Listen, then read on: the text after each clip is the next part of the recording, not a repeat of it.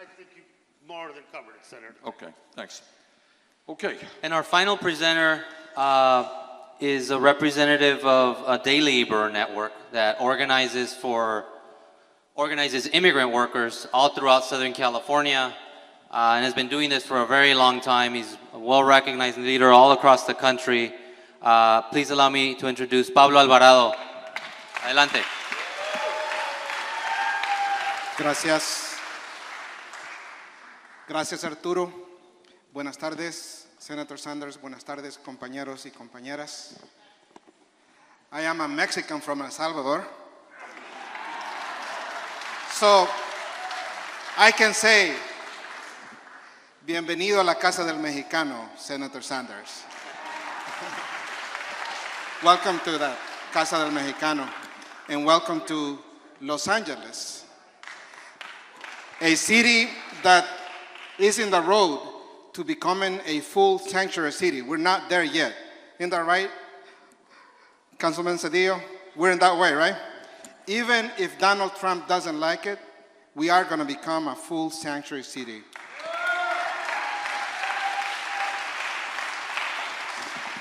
And with you in the White House, our country will become a sanctuary for everyone. So I have had the honor to work with the men and women who stand on public sidewalks and in front of home improvement stores, and honored to work with low-wage workers, together with many colleagues who are here in this room today and many colleagues across the country. We've been able to set up many worker centers. And in these worker centers, which is the face of the new labor movement, in many of these centers, what our organizers do, we make sure that we send people to job assignments. We make sure that if they don't get paid, that they get their wages back. That if they're injured at the workplace, that at least there is a basic remedy for those circumstances. But it's definitely not enough. We connect, my organization connects 70 of these worker centers. So we make sure that, at least in these centers, that the rights of workers are respected. And not just their rights as workers, but their immigrant rights as well. Before being immigrant, people are workers, and the rights of workers don't end at the US and Mexico border. So as we fight to improve wages and working conditions, and thank you for being one of the champions for the 5 for 15. Is that right?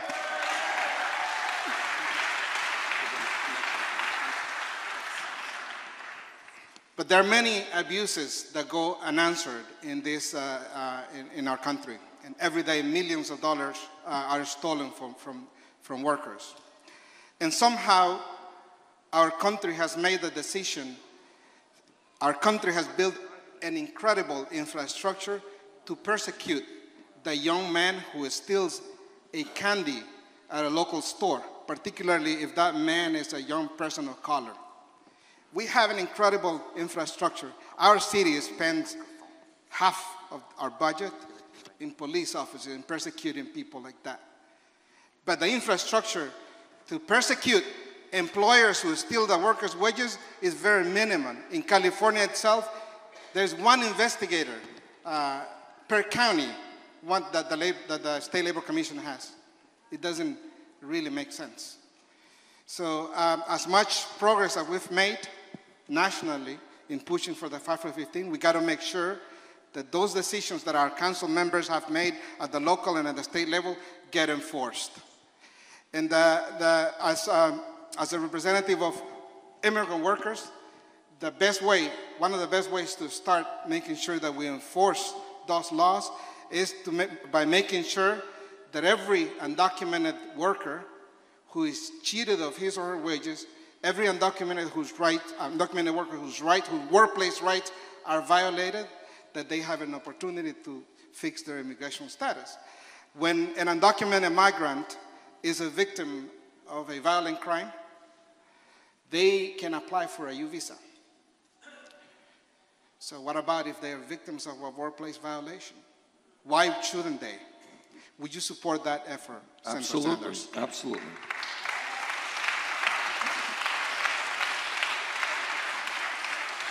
Let me just, if I might, very briefly tell you a story. In 2007, I had heard about the exploitation of undocumented workers in Florida.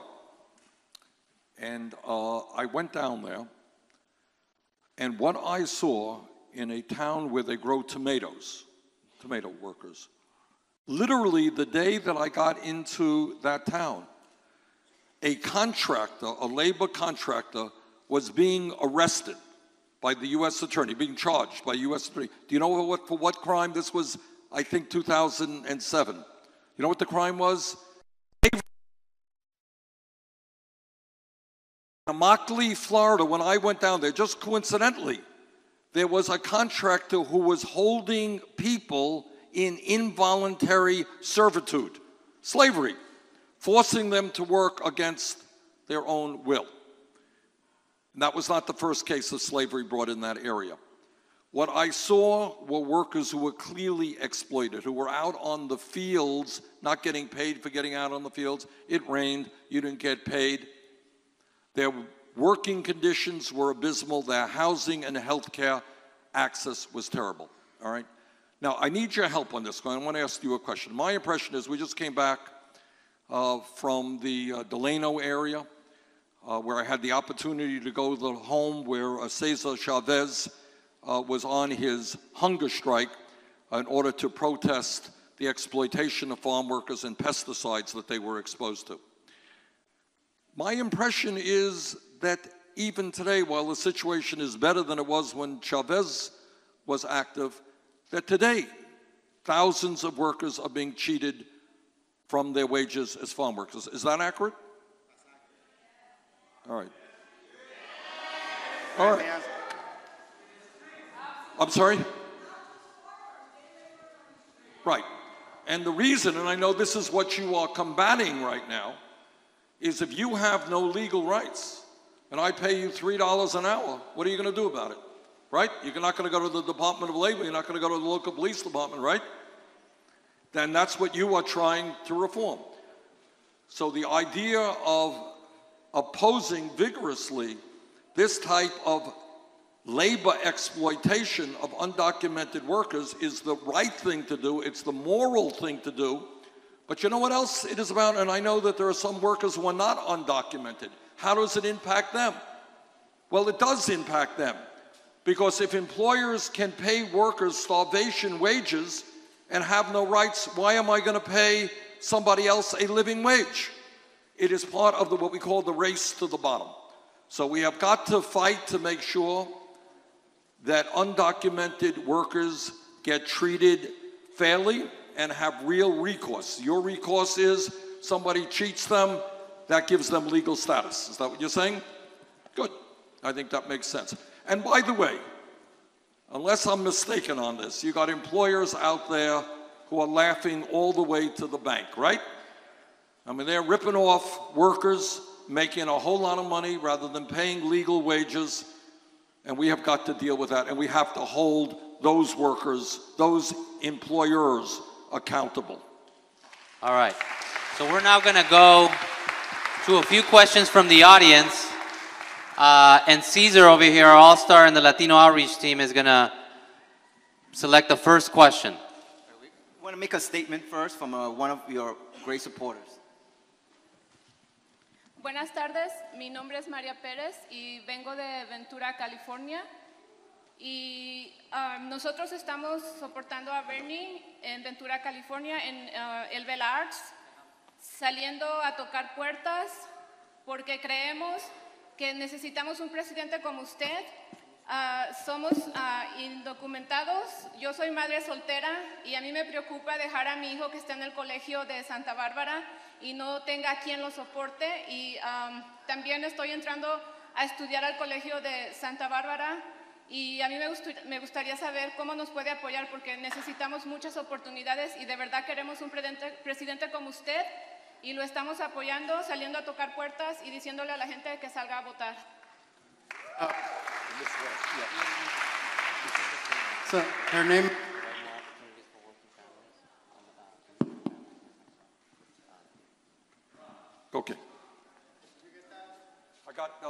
I got the first half, and then Arturo gave me the second half. So I knew I should have studied Spanish better in high school. I knew it. All right.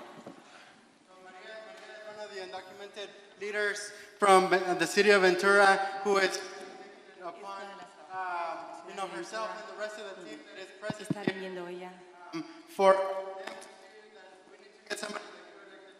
She's a single mother. Her son is enrolled at Santa Barbara City College, and she sees the importance of providing a great future for her son. So she wants to know, because she's potentially a DAPA recipient, if elected, what would you do? Because definitely the community, the undocumented community, is doing a lot of work in Ventura, California to get you elected, Senator, with all respect. Well, congratulations on your son going to college. And I will use the executive powers. Obviously, again, we want Congress to pass comprehensive immigration reform. That is the best approach. But if Congress does not do the right thing, I will build upon what President Obama has done and expand DAPA and DACA. Okay.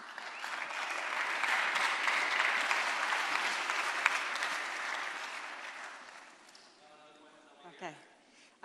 Buenas tardes, soy Irma Ramírez, no soy criminal y vengo a este país con muy buenas intenciones. I'm a professor of architecture at California State University, Pomona. And sí se puede, sí se puede. I've been teaching there for 14 years, and since 2002, tuition went from being something like $1,400 to today's tuition, which is over $5,000. Now that still seems like it may be affordable for some, but for our immigrant families, that is still a really big number. Our families are working families, we work hard. Our students are under a lot of pressure to have to work instead of going to school. So what does your future presidency can do for us? Well, this is an issue I feel very, very strongly about.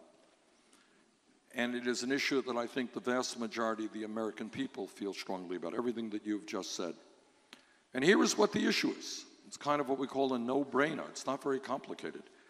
We live in an increasingly competitive global economy. And if this country is going to succeed economically and in other ways, we need the best educated workforce in the world, right?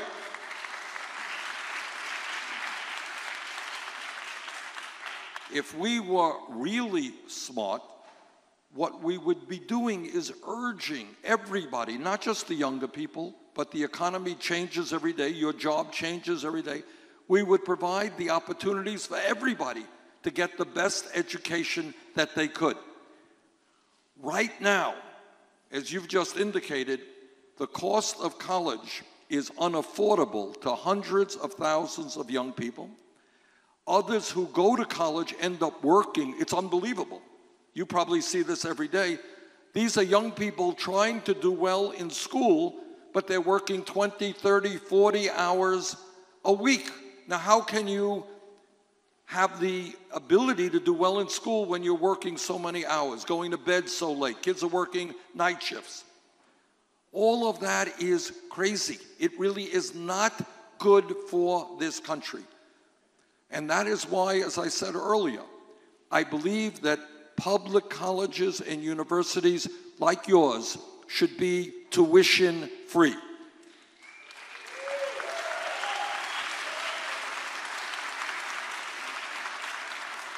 And also, I believe that we have to deal with the crisis of student debt, right? A lot of the people who graduate or leave school are deeply in debt. And they have to pay off that debt year after year, sometimes decade after decade. And that means they can't afford to get a car. They can't get a house. They can't get married. They can't have children. That's crazy stuff. So what we have got to do is change our mentality regarding education. We should encourage and reward people. I want you to get a good education. I don't think you should be punished for getting a good education.